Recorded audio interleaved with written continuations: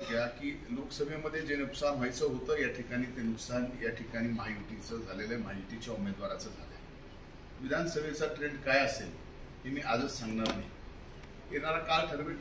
आज बोलणं थोडंसं फार लवकर होईल, आणखीन 3 महिने जायचे। 3 महिन्यानंतर विधानसभेच्या निवडणुकीत महायुती म्हणून आम्ही निवडणूक लढवत असताना त्यावेळेस काय परिस्थिती होईल याचं आज चिकित्सा होऊ शकत नाही, त्याचं अवलोकन पण आज होऊ शकत नाही। योग्य वेळेला मी त्यावेळेस बोलेन। नवनिर्वाचित खासदारांनी तुमचे विशेष आभार मानलेले आहेत, कसं पाहताय तुमच्या आणि सुरेश हे विशेष आभार मानण्यामध्ये त्यांच्यात संभ्रम करण्याचा सल्ला त्यांना कोणीतरी दिला। त्यांची बुद्धी एवढी काही परिपक्व नाही आहे की त्याच्यातून अशा पद्धतीचे आभार त्यांनी व्यक्त करावे, आणि तेही माझे आणि सुरेश दसांचे।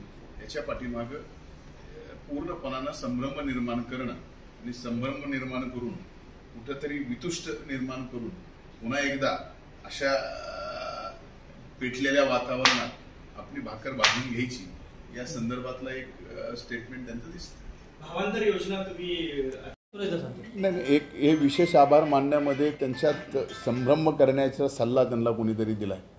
त्यांची बुद्धी एवढी काही परिपक्व नाही आहे की त्याच्यातून अशा पद्धतीचे आभार त्यांनी व्यक्त करावे, आणि तेही माझे आणि सुरेश दसांचे। याच्या पाठीमागं पूर्णपणानं संभ्रम निर्माण करणं आणि संभ्रम निर्माण करून कुठंतरी वितुष्ट निर्माण करून पुन्हा एकदा अशा पेटलेल्या वातावरणात आपली भाकर भाजून घ्यायची या संदर्भातला एक स्टेटमेंट त्यांचं दिसतं। भावांतर योजना तुम्ही